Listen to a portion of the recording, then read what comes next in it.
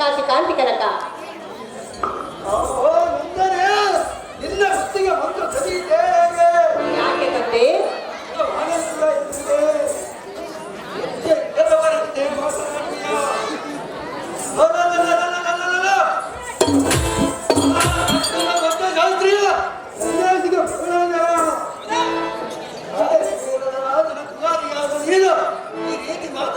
ಸರಿಯಲ್ಲ ಮಗಳೇ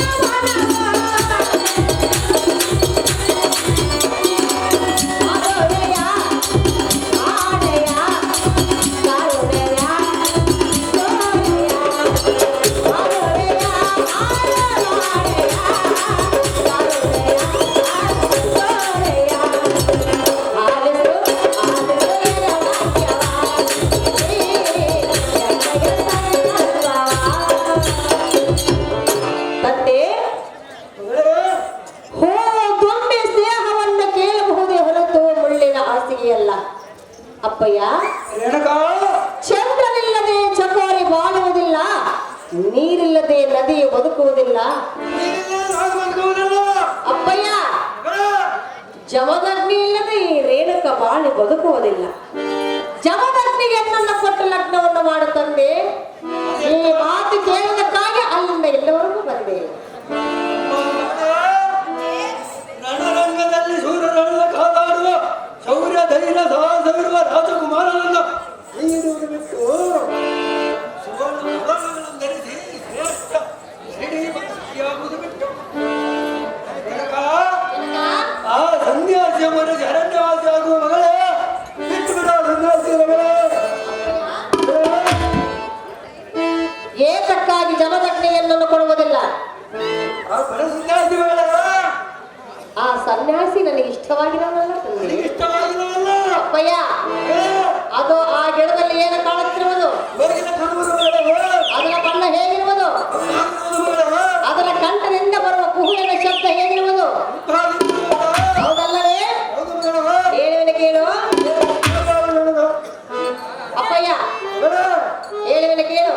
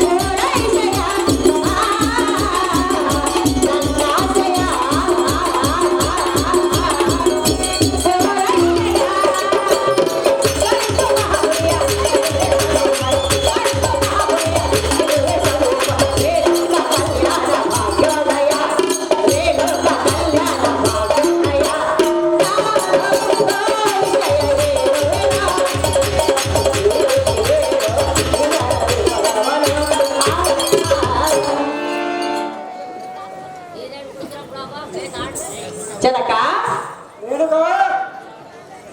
ಆ ಗಿಡದಲ್ಲಿ ಕಾಡುತ್ತಿರುವ ಕೋಗಿಲೆಯ ಬಣ್ಣ ಕಪ್ಪಾಗಿದ್ದರೂ ಜಗತ್ತು ಮೆಚ್ಚಿಕೊಳ್ಳುವುದಿಲ್ಲ. ಅದರ ಕಂಠದಿಂದ ಬರುವ ಕುಹು ಎನ್ನ ಶಬ್ದವು ಜಗತ್ತೇ ಮೆಚ್ಚಿಕೊಳ್ಳುವುದು. ಅಪ್ಪಯ್ಯ, ಜಮದಗ್ನಿ ರೂಪ ಲಾವಣ್ಯಕ್ಕೆ ನಾನು ಮನಸೋತಿಲ್ಲ, ಅವರ ಗುಣಗಾಂಭೀರ್ಯಕ್ಕೆ ನಾನು ಮೆಚ್ಚಿಕೊಂಡೆ. ಅಪ್ಪಯ್ಯ, ನೀನು ಮೆಚ್ಚಲೇಬೇಕು. ಜಮದಗ್ನಿಯನ್ನು ಕೊಟ್ಟು ಲಗ್ನವನ್ನು ಮಾಡಲೇಬೇಕೆಂದು ನಿನ್ನನ್ನು ವಿನಯದಿಂದ ಬೇಡಿಕೊಳ್ಳುವಿನ ಪಿತನೆ. ನಡೆಸಿಕೊಡು ಈ ಮಾತನ್ನು ನೀ ಬೇಗನೆ.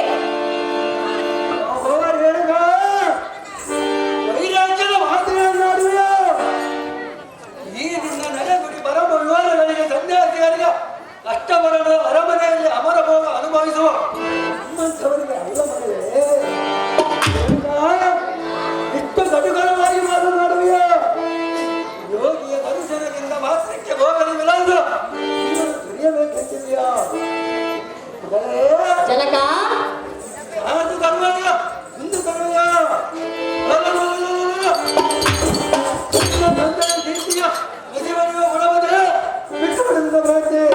ಕಾಶ್ಮೀರ ಚಕ್ರವರ್ತಿ ನನ್ನ ಮಾತಿಗೆ ಕೋಟೆ, ಮಗಳಂಬ ಏನ ಪ್ರೇತೆ,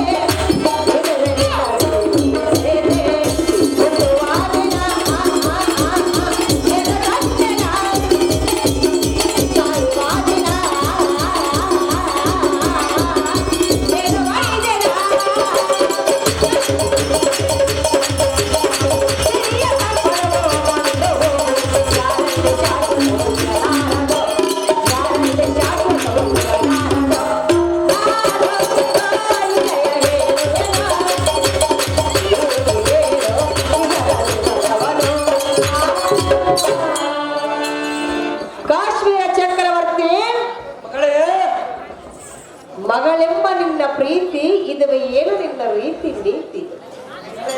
ಅಪ್ಪಯ್ಯ, ಇಲ್ಲಿ ಕುಳಿತುಕೊಂಡಿರುವ ತಂದೆ ತಾಯಿಗಳು ಶ್ರೀಮಂತನ ಮನೆಗೆ ಕೊಡುವರು. ಅಪ್ಪಯ್ಯ, ಆದರೆ ತಾಯಿಯ ಗರ್ಭದಿಂದ ಬರುವಾಗ ನಾನು ಏನು ತಂದೆನಾ, ಸಾಯುವ ದಿನ ನಾನು ಏನು ಒಯ್ದೆನು ತಂದೆ? ಸಿರಿ ಸಂಪತ್ತು ಎನ್ನುವುದು ಮಧ್ಯದಲ್ಲೇ ಬಂದು ಮಧ್ಯದಲ್ಲೇ ಹೋಗುವುದು. ಕಾಶ್ಮೀರ ಚಕ್ರವರ್ತಿ, ತಿಳಿದುಕೋ ಈ ಮಾತಿನ ಅರ್ಥನೇ ಪೂರ್ತಿ. ಮಗಳೇ ರೇಣುಕಾ, ಆದಿಶೇಷನ ಬಳಿ ಮನೆಯಲ್ಲಿ ಚಿನ್ನವಿದ್ದರೆ ಅದಕ್ಕೆ ಶೃಂಗಾರ, ಕಬ್ಬಿಣದ ಕಡಲಲ್ಲಿದ್ದರೆ ಅದಕ್ಕೆ ಬೆಲೆ ಬರುವುದೇ? ಎತ್ತ ತಂದೆಯಾದ ನಾನು ಮುಂದರಿಗೆ ಬರುವ ಕುಂದುಗಳಿಗೆ ಎತ್ತ ಮಗಳನ್ನೇ ಬಲಿಕೊಡಬೇಕೆ? ಈ ನಿನ್ನ ನಿರ್ಧಾರವನ್ನು ಬದಲಿಸು.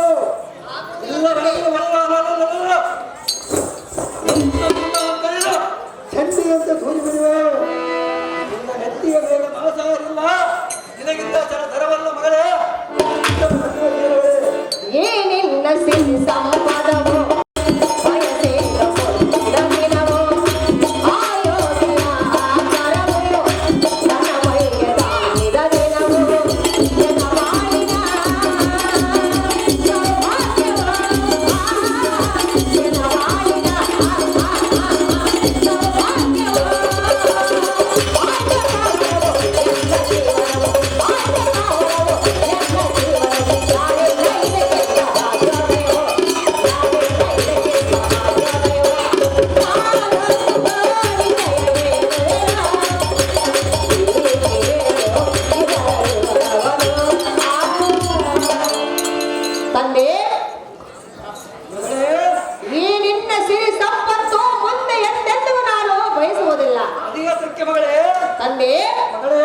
ನಿನ್ನ ಅನುಮತಿಯನ್ನು ಪಡೆದುಕೊಂಡು ಬಲಪ್ರಭು ನದಿಗೆ ಸ್ನಾನಕ್ಕೆ ಹೋದಾಗ ಆ ಯೋಗಿಯ ಕೈ ನನ್ನ ಮೈಗೆ ತಾಕಿದಾಕ್ಷಣವೇ ಅವರೇ ಎನ್ನ ಪತಿ ಎಂದು ಅಂದೇ ನಿರ್ಧಾರವನ್ನು ಮಾಡಿಕೊಂಡೆನು. ಹೌದು ಅಪ್ಪಯ್ಯ, ಜಮದಗ್ನಿಗೆ ನನ್ನ ಕೊಟ್ಟು ಲಗ್ನವನ್ನು ಮಾಡು. ರೇಣುಕಾ ಜಮದಗ್ನಿಯ ಕಲ್ಯಾಣವನ್ನು ನಡೆಸಬೇಕೆಂದು ಬೇಡಿಕೊಳ್ಳುವ ಜನಕ, ಜಗದ್ವಿಖ್ಯಾತಿ ಕಾಂತಿ ಕನಕ. ಧರಿಸಿ ನಾರು ಮುಡಿಯನ್ನುಟ್ಟು ಗಡ್ಡೆ ಕೆಲಸಗಳನ್ನು ತಿನ್ನುವ ಸನ್ಯಾಸಿಯನ್ನು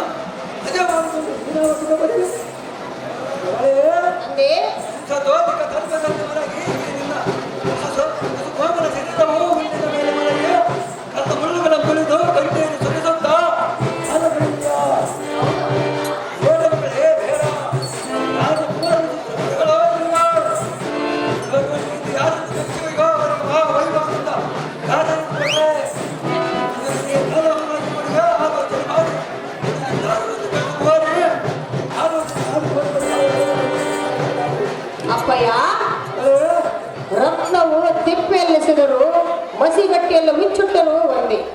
ಅಪ್ಪಯ್ಯ, ಮಸಿ ಬಟ್ಟೆಯಿಂದ ತೆಗೆದು ನೋಡಿದಾಗ ಅದು ರಕ್ತವಾಗಿರುವುದೇ ಹೊರತು ಮಸಿ ಬಟ್ಟೆ ಆಗಲು ಸಾಧ್ಯವಿಲ್ಲ.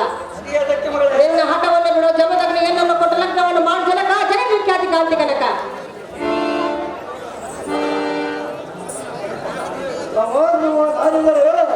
ಆನಂದವಾಯಿತು ನಿಮಗೆ ಹೇಳಿದರೆ ಐಶ್ವರ್ಯವಸ್ತು ಮೇಲೆ ಕೇಳು.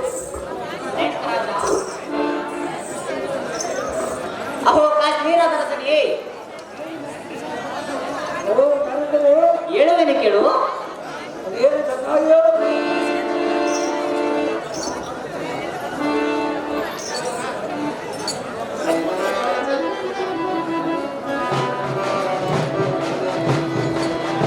ಅಹೋ ಕಾಶ್ಮೀರದ ರಸನಿಯೇ, ಏನು ಚೆನ್ನಾಗಿ ಮಾಡಿದರೆ ಸತ್ಯ ವಿಚಾರವನ್ನು ಹೇಳುವೆನು, ಚಿತ್ತವಿಟ್ಟು ಕೇಳಬೇಕನೆ.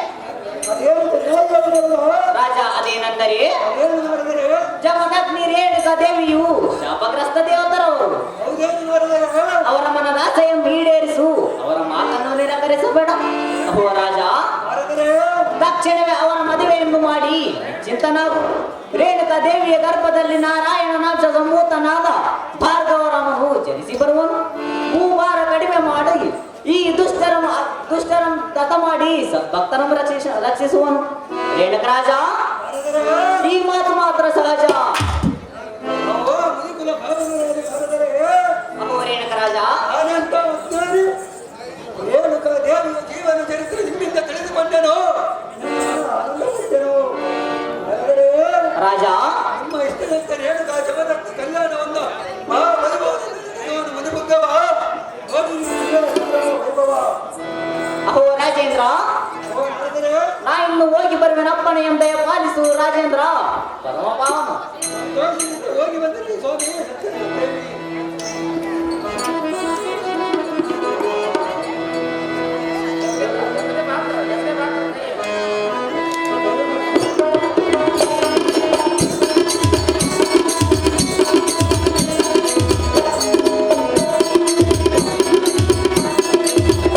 ನಾರಾಯಣ ಭವಹರಣ, ನಾರಾಯಣ ಭವಹರಣ, ಕಾಶ್ಮೀರವನ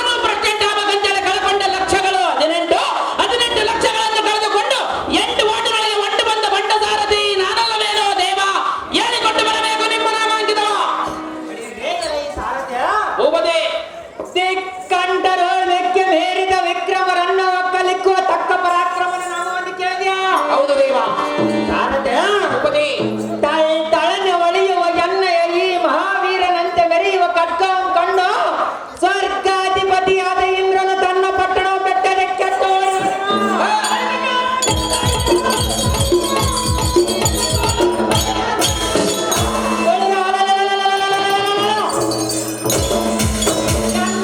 ಗಟ್ಟಿನ ಗಂಟ ನಮಸಕ್ಕೆ ಅರ್ಥದಿ ಪಾಲಕರಿ ಅಪ್ಪಲಾಯಕ್ಕೆ ಮಲ್ಗೊಟ್ಟಣ ಸಾರಥ ಭೂಪತಿ ಇದು ಅಲ್ಲದೆ ತಿಕ್ಕರಣಿಯಲ್ಲಿರುವ ಭೂಪಾಲಕರನ್ನು ಜಯಿಸಿ ತ್ರಿಲೋಕಕ್ಕೆ ನಾನೇ ಪಟ್ಟಾಧ್ಯಕ್ಷನೆಂದು ಆತಳ ವಿತಳ ಪಾತಾಳ ರಸತಳ ಲೋಕಗಳ ಭೇದಿಸಿ ಕುಬೇರನು ಸೃಷ್ಟಿಯು ಶ್ರೇಷ್ಠನಾದ ಚಂದ್ರ ವಂಶದ ತಿಲಕನ ನಡೆಸ ಬದ್ದೆ ಪೂರ್ವ ಆಯು ಮೊದಲಾದ ನಮ್ಮ ವಂಶದ ಶ್ರೇಷ್ಠರಿಗೆ ಮೃತವೀರ ಮಹಾರಾಜನ ಪುತ್ರ ಸಗಮಲ ಚರಿತ್ರ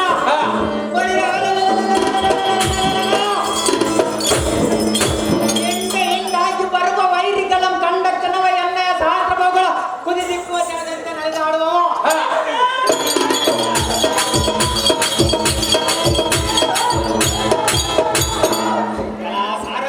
ಭೂಪತಿ ಮೂರು ಲೋಕದಲ್ಲಿ ಮೀರಿದ ಸೂರ ಅಮರಾವತಿ ಕೈಲಾಸವನ್ನು ಧಿಕ್ಕರಿಸುವ ಮಾರ್ಪತಿ ನಗರ ಪರಿಪಾಲಿಸುವ ಸಾವಿರ ಬುದ್ಧಿನ ಕಳಿಸೋರ ಬಳಿರ ವೀರ ಅರ್ಜುನನಂತೆ ಜೈವೇರಿಯ ಪಡಿಸಲ ಸಾರಿಗೆ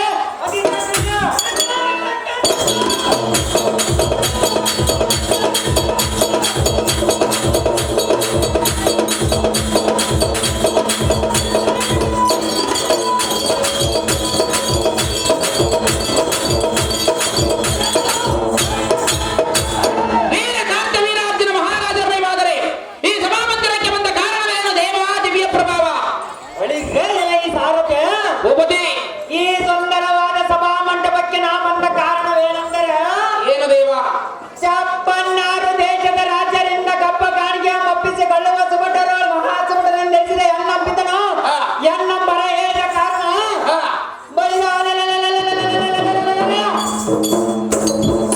ನಮ್ಮಲ್ಲವರಿಗೆ ಕಟ್ಟ ಪಾಣಿಯಾಗಿ ಬರೋಣವಾಯಿತು ಸಾರಥೆ ನಮ್ಮ ಜನಗಳ ಸೋಚಾದಿ ಜಾಗ್ರತೆ ನಿಮ್ಗೆ ಎಷ್ಟು ಗಂಟೆ ಆಗಲಿ ಭೂಪತಿ ಪೀಠವನ್ನು ಅಲಂಕರಿಸಿದ ಜಾಗ್ರತೆ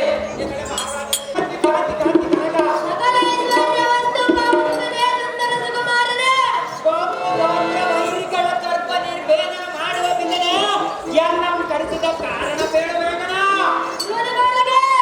ಅಪ್ಪಯ್ಯನ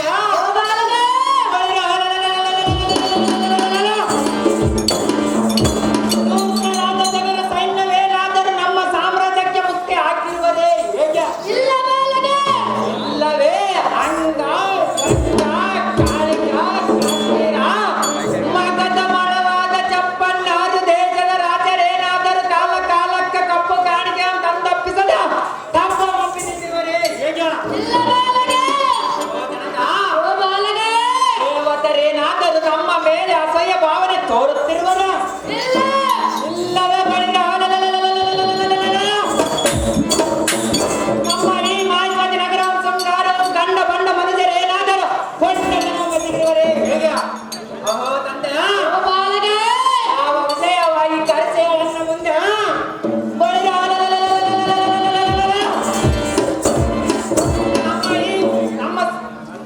ನಮ್ಮೊಳಗಿನಲ್ಲಿ ದೇಶ ಸಾಧಿಸವರಿದ್ದಾರೆ ಅಪ್ಪು ಬಾಪುರ ಮಧ್ಯದ ಮರುಪಾಲಾರ್ಜನಕ್ಕೆ ಸ್ಥಳದ ಅಡಗಿಕೊಂಡರು ಅವರ ಬಿಡದ ತಂದ ನಮ್ಮ ನಗರದ ಮಹಾದ್ವಾರದ ಮುಂಭಾಗಕ್ಕೆ ಕಟ್ಟೆ ಹಾಕುವ ತಂಡ ನೀನ್ ಕರೆಸಿದ ನಮ್ಮ ಮುಂದೆ ವಿಚಾರವೇ ತಿಳಿಸಣ್ಣ ಮುಂದೆ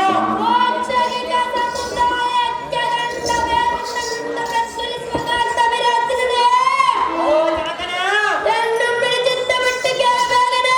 ಬೇರೆ ಚೆನ್ನಾಗಿ ಹೇಳ ಜನಕ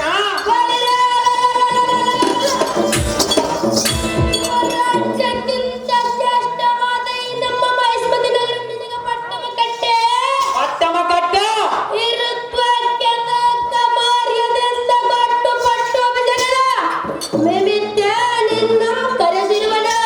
ಕೇಳದಿಯ ಕಾರ್ತವೀರಾಜನ ಕುಮಾರ ಅಹೋ ಜನಕ ನಿಂದಕ್ಕೆ ನಮ್ಮ ವಂಶಜನಾದ ಮಾರುತಿ ರಾಜನೆಂಬ ಅರಸನು ಬ್ರಾಹ್ಮಣರಿಗೆ ದಾನವನ್ನು ಕೊಡಬೇಕಾದರೆ ತನ್ನ ಕೈಯಿಂದ ಕೊಡದೆ ನಿಮಗೆ ಬೇಕಾದಷ್ಟು ತೆಗೆದುಕೊಂಡು ಹೋಯಿರಂತ ಹೇಳಿದನಂತ ಅಹೋ ಅಪ್ಪಯ್ಯ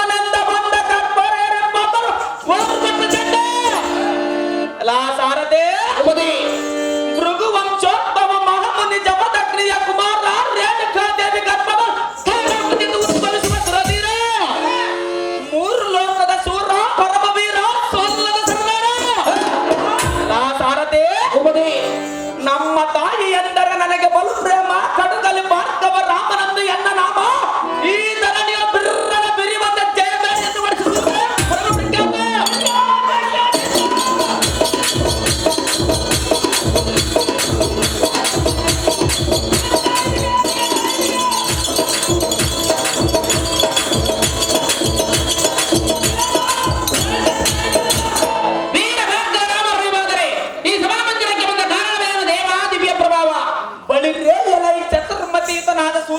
ದೇವ ಶೃಂಗಾರತರ ಮಾತ ಬಂಗಾರದ ಬೆಪ್ಪನೆಯಿಂದ ವಜ್ರ ವೈಡೂರ್ಯಗಳಿಂದ ಪರಿಶೋಭಿಸುವ ಈ ಸಭಾ ಮಂಡಕ್ಕೆ ಎನ್ನ ದಿಗ್ವಿಜಯ ಕಾರ್ಯಾರ್ಥವೇನೆಂದರೆ ಏನು ದೇವ 56 ದೇಶದ ರಾಜರು ಶ್ರೇಷ್ಠನಾಥ ಕಾಶ್ಮೀರದ ಅರಸ ರೇಣುಕಾ ರಾಜನ ಕುಮಾರಿ ನಮ್ಮ ಜನನಿಯಾದ ರೇಣುಕಾ ದೇವಿ ಅಂತ ಆಶೀರ್ವಾದ ಪಡೆದ ಸಾರಥಿ ಉಪದಿ ಬಳಿರ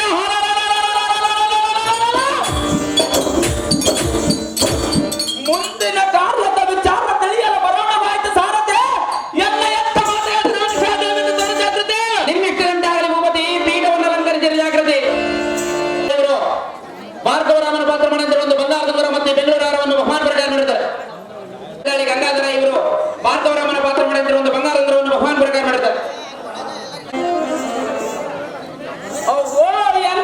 ಪಡೆದ ಜನನಿಯಾದ ರೇಣುಕಾ ದೇವಿ ನಿನ್ನ ಪಾದಾರವಿಂದಕ್ಕೆ ಎನ್ನಯ ಭಕ್ತಿ ಪೂರ್ವಕ ನಮೋ ನಮಃ ದೀರ್ಘಾಸ್ತು ನಮಸ್ತು ಮೇಲೆ ಕೇಳು ಪುತ್ರ ಕೋಮಲ ಗಾತ್ರ ಅವೋ ಎನ್ನಂ ಪಡೆದ ಮಾತೆ ಮಗನೇ ಏನಿದ್ದು ನಿನ್ನ ಮುಖಚರ್ಯದ ರೀತಿ ಅಮ್ಮಯ್ಯ ರಾಮ ಅರಳುವ ಹೂವಿನ ಮಧ್ಯ ಎಂತ ನಿನ್ನ ನಗು ಮುಖವುಳ್ಳ ಮುಖ ಕಮಲವು ಕಂದೆ ಕೊಂದೆ ಕಪ್ಪಾಗಲು ಕಾರಣವೇನಿ ನಿನ್ನ ಸುತನ ಮುಂದೆ ತಿಳಿದಮ್ಮ ಜನನಿ ಸತ್ಯ ಪ್ರಧಾಯಿನಿ ಅಮ್ಮಯ್ಯ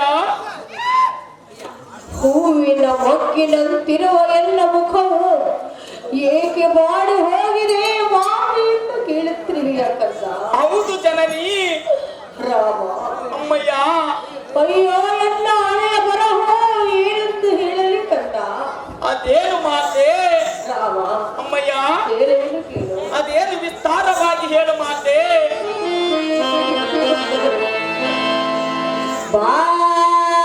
ಬಾರೇ ಭಾರ್ಗವ ನಾ ಸಹಿಸೆ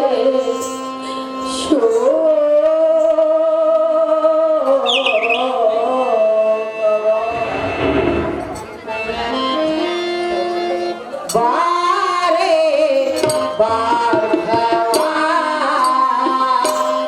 ನಾ ಸಹಿಸೆ ಶೋಕವ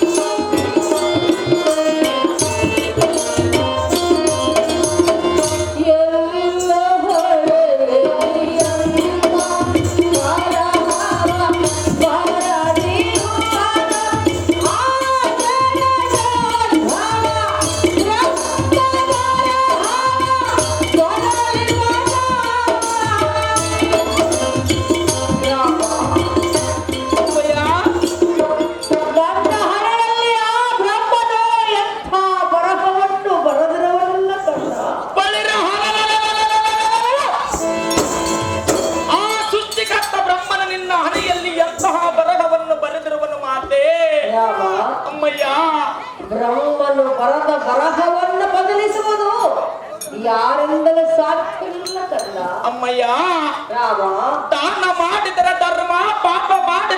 ಮರ್ಮ ಯಾರಿಗೆ ದೊರೆಯಲಾಗದ ಬ್ರಹ್ಮನ ಮರ್ಮ. ಆದರೆ ಈ ನಿನ್ನ ಮಗ ಬದಲಿಸುವನು ನಿನ್ನ ಬರಹವನ್ನು ಭಾರ್ಗವರಾಮ.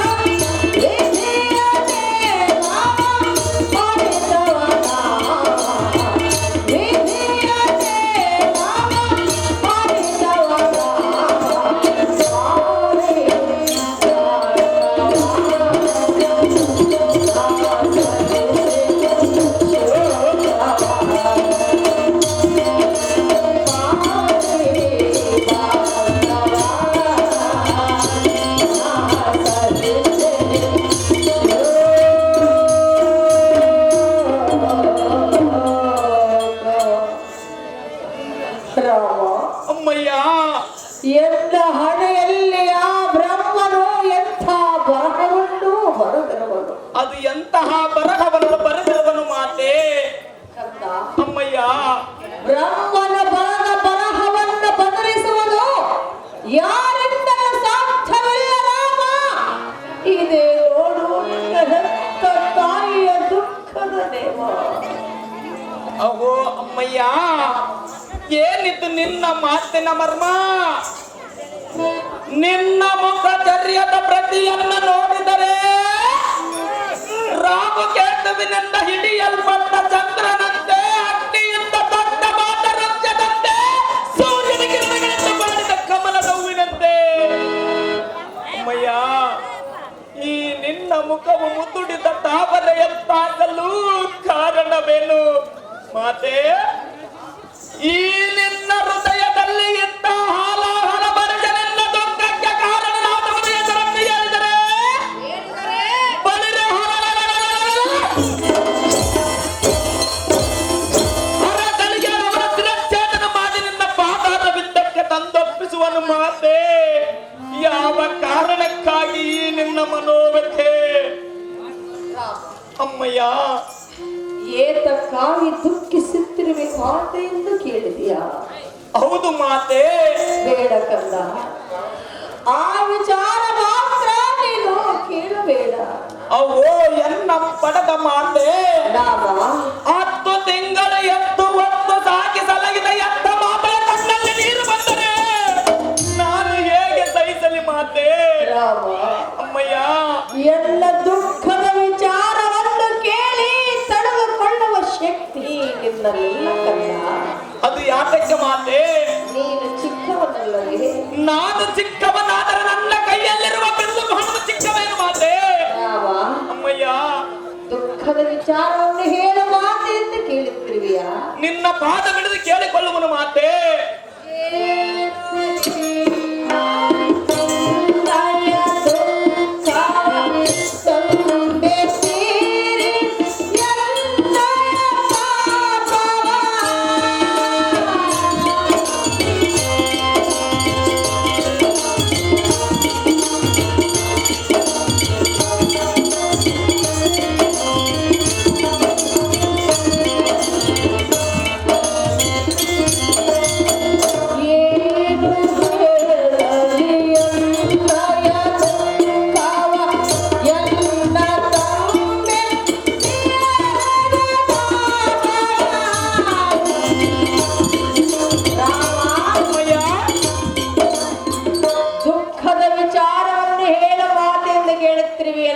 ಹೌದು ಅಮ್ಮಯ್ಯ.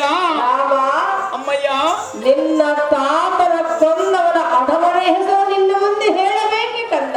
ಬಳಿರ 56 ದೇಶಗಳಿಗೆ ಮಹಾರಾಜನಾದ ಎನ್ನ ತಾತನಾದ ರೇಣುಕಾ ರಾಜನನ್ನು ಕೊಂದವನ ಧಾವನ ಮಾತೆ. ಕಂದ, ಅಮ್ಮಯ್ಯ, ಅವನ ಹೆಸರು ನಿನ್ನ ಮುಂದೆ ಹೇಳಬೇಕೆ? ಹೌದು ಅಮ್ಮಯ್ಯ. ಏನು ಮಾಡಬೇಕಂದ? ಬಳಿರ ನಿನ್ನ ಹಬ್ಬಣೆ ಎಂದಾದರೆ ಬಳಿರ ಅವನ ಚಿರವನ್ನು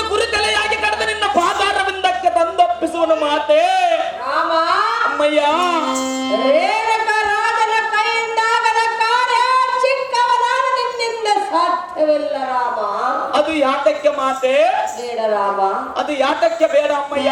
ಹೆತ್ತ ಕರಳು ಆಗಮನ ಕೈಗೆ ಒಪ್ಪಿಸುವುದಕ್ಕೆ ನನ್ನ ಮನಸ್ಸು ಒಪ್ಪಲಾಗಬೇಕಂದ. ಅದು ಯಾತಕ್ಕೆ ಒಪ್ಪಲಾರದು ಅಮ್ಮಯ್ಯ? ಅವನ ಹೆಸರು ಹೇಳಲೇಬೇಕೇ? ಹೇಳಬೇಕು ಮಾತೆ. ಕೇಳಬೇಕಪ್ಪ ಆತರವಾಗುತ್ತಿರುವುದೇ ರಾಮ. ಹೌದು ಅಮ್ಮಯ್ಯ.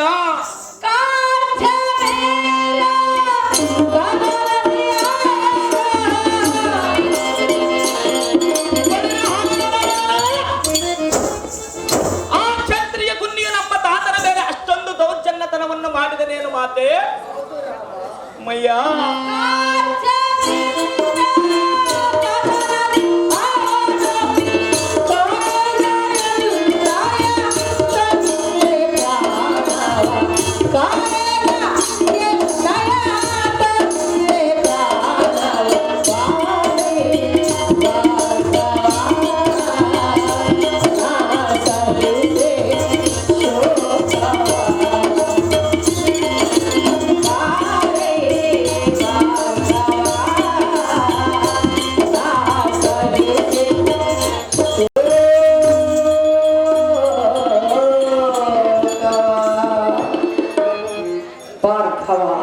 ಪಡೆದ ತಾಯಿ ಎನ್ನ ದುಃಖದ ವಿಚಾರವನ್ನೇ ಹೇಳುವುದು ಚಿತ್ತವಿಟ್ಟು ಕೇಳು ಕಂದ.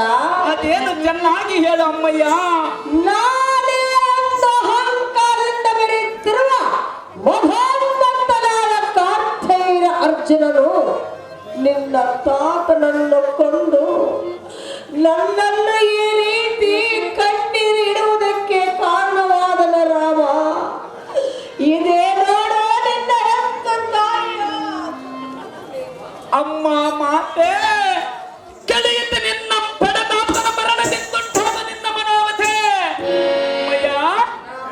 ಆದರೆ ಈ ನಿನ್ನ ಪುತ್ರನ ಮಾತೊಂದು ಆಲಿಸು. ಬಲಿರ ಯಾವ ತ್ರಿಲೋಕಗಳಲ್ಲಿರುವ ವೈರಿಗಳನ್ನು ಯಮಪುರಕ್ಕೆ ಕಳುಹಿಸುವ ಪ್ರಚಂಡ ಪರಾಕ್ರಮಿಯಾದ ಈ ನಿನ್ನ ಪುತ್ರನಿಗೆ ಸಂತೋಷದಿಂದ ನೇಮವನ್ನಿಟ್ಟರೆ ಬಲಿರ ವೀರಾರ್ಜುನ ಬಲ ತಿಂಬಿಳಿ ಅಂತಃಪುರಕ್ಕೆ ಸೇರಿಸುವರೇ ಅಮ್ಮಯ್ಯ. ಕೊಪ್ಪಿನ ಕೃತಾಂತರಂತೆ ಮದವೇದ ಕಾಂತ ವೀರಾರ್ಜುನ ಅಡಗಿಸುವೆ ಅಮ್ಮಯ್ಯ. ಭಾರ್ಗವ, ಎನ್ನ ತಮ್ಮನ ಪಿತನ ಕತ್ತು ಕತ್ತರಿಸಿರುವ ಭಕ್ತರ ಮರಣಕ್ಕೆ ಹಾನ್ಯ ಕೊಡು ಮಾತೆ. ಪರಮ ಪ್ರಖ್ಯಾತೆ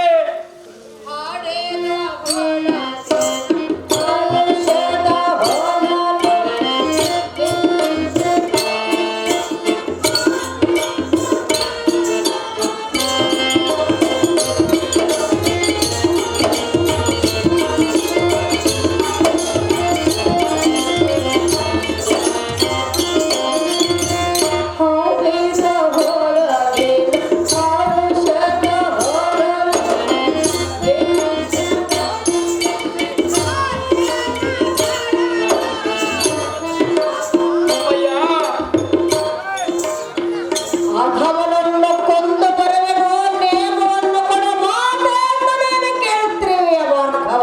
ಹೌದು ಅಮ್ಮಯ್ಯ. ಬೇಡ ರಾಮ. ಅದು ಯಾತಕ್ಕೆ ಬೇಡ ಮಾತೆ? 9 ತಿಂಗಳು ನಿನ್ನನ್ನು ಹೊತ್ತು ಹೆತ್ತು ಸಾಕಿ ಸಲಹೆಲ್ಲವೇ ನಾನು. ಇಲ್ಲ ಅಂದವರು ಯಾರು ಅಮ್ಮಯ್ಯ? ನುಡಿಸಿ ಬೆಳೆಸಿದಂಥ ತಾಯಿ ನಾನಲ್ಲವೇ ಕಂದ. ನನ್ನ ಎತ್ತ ಮಾತೆಯ ಕಣ್ಣಲ್ಲಿ ನೀರು ಬಂದರೆ ನೋಡಿ ತಡೆದುಕೊಳ್ಳುವ ಶಕ್ತಿ ನನ್ನಲ್ಲಿಲ್ಲ ಮಾತೆ. ಅಮ್ಮಯ್ಯ, ನಿನ್ನನ್ನು ಅಧಮನ ಕೈಗೆ ಒಪ್ಪಿಸುವುದಕ್ಕೆ ನನ್ನ ಹೆತ್ತ ಕರುಳು ಒಪ್ಪಲಾರದು ಕಂದ. ನಿನ್ನ ಅಪ್ಪಣೆಯೊಂದಾದರೆ ಅವನನ್ನು ಸಹಜವಾಗಿ ಸಂಭರಿಸಿ ಬರುವುದು ಮಾತೆ. ಜೈ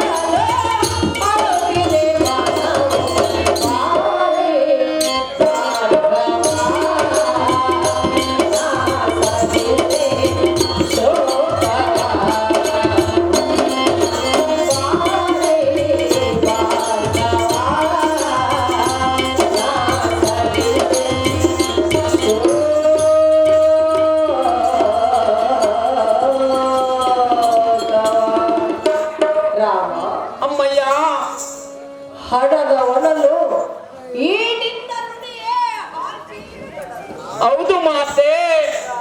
ಅಮ್ಮಯ್ಯ, ಹೆತ್ತು ಸಾಕಿ ಸಲಹಿ ಹಾಲು ಅನ್ನವನ್ನು ಉಳಿಸಿ ಬೆಳೆಸಿದಂತ ತಾಯಿ ನಾನು. ಹೌದು ಮಾತೆ.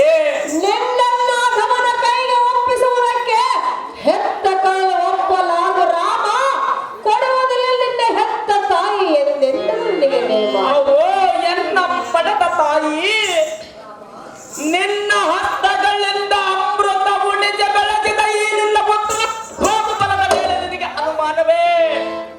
ಅಮ್ಮಯ್ಯ, ಕೇಳಿ ಕೇಳಿ ಎನ್ನ ಪೌರುಷವನ್ನು ಚೆನ್ನಾಗಿ ಹೇಳು. ಮುಕ್ಕೋಟಿ ದೇವತರ ಕಾಂತ ವೀರಾಪ್ತದ ಪಕ್ಷ ವೈದ್ಯ ಎನ್ನಡರ ಸಬರಂಗಕ್ಕೆ ಬಂದರೆ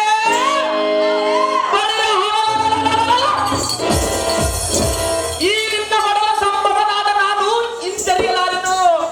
ಅಮ್ಮಯ್ಯ, ನಿನ್ನ ಚಿಂತೆಯನ್ನು ಬಿಟ್ಟು ಬಿಡು ಮಾತೆ.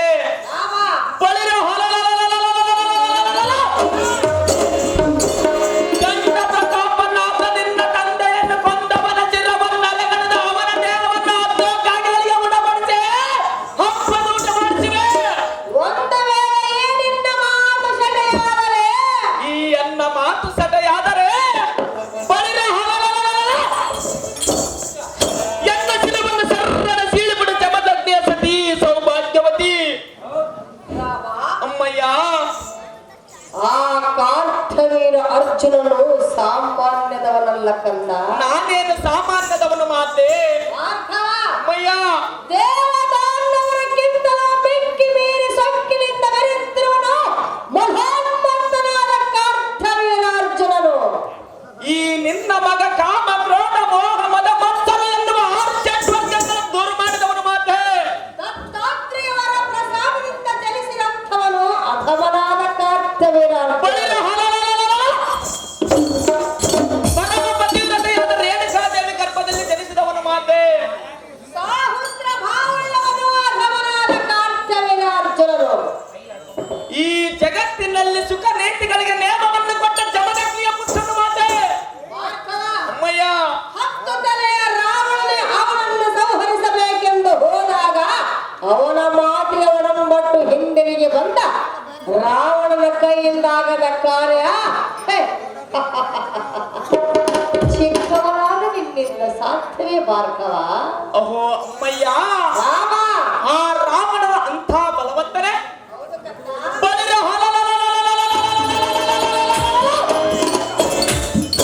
ವಾಲಿಯ ಮಗನಾದ ಅಂಗದನ ತೊಟ್ಟಲಿಗೆ ದುಷ್ಟ ಬೊಂಬೆಯಾಗಿ ಕಟ್ಟಿಸಿಕೊಂಡವರು. ಅವನ ಸುದ್ದಿಯನ್ನು ಮುಂದೆ ಹೇಳಬೇಡ ಮಾತೆ. ಅಮ್ಮಯ್ಯ, ಚೊಕ್ಕಟವಾದ ನಿನ್ನ ನುಡಿಗಳನ್ನು ಕೇಳಿ ಅಕ್ಕರತೆ ಕರುಳು ಕಿತ್ತಿ ನಿನಗೆ ನೇಮವನ್ನು ಕೊಡುವಳು ನಿನ್ನ ಮಾತೆಯನ್ನು ನೀನು ತಿಳಿದುಕೊಂಡಿರುವಿಯಾ? ಹೌದು ಪಡೆದ ತಾಯಿ. ಭಾರ್ಗವ, ಅಮ್ಮಯ್ಯ, ನನ್ನದೊಂದು ಶಪಥವಿರುವುದು ಚಿತ್ತವಿಟ್ಟು ಕೇಳು. ಅದೇನು ಚೆನ್ನಾಗಿ ಹೇಳು ಮಾತೆ. ನಿನ್ನ ತಂದೆ ಅಗ್ನಿ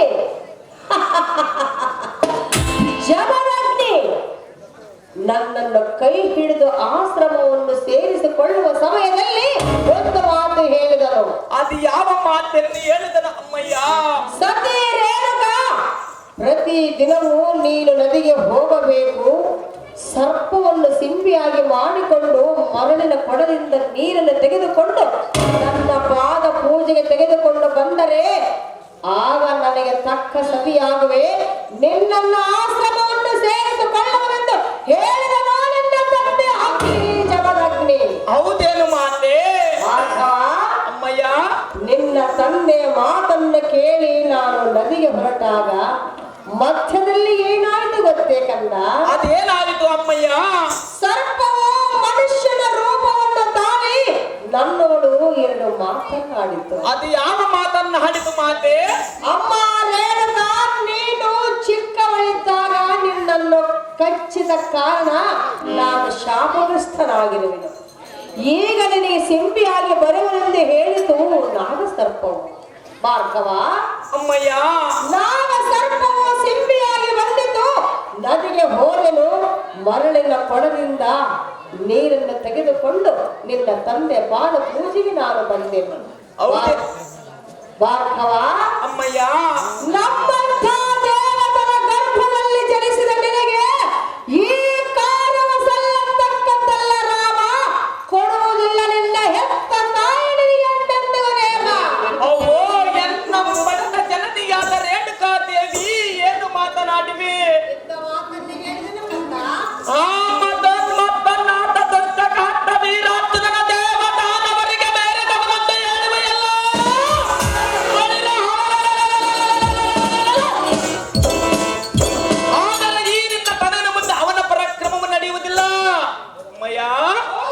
ಅದು ಹೇಗೆಂದರೆ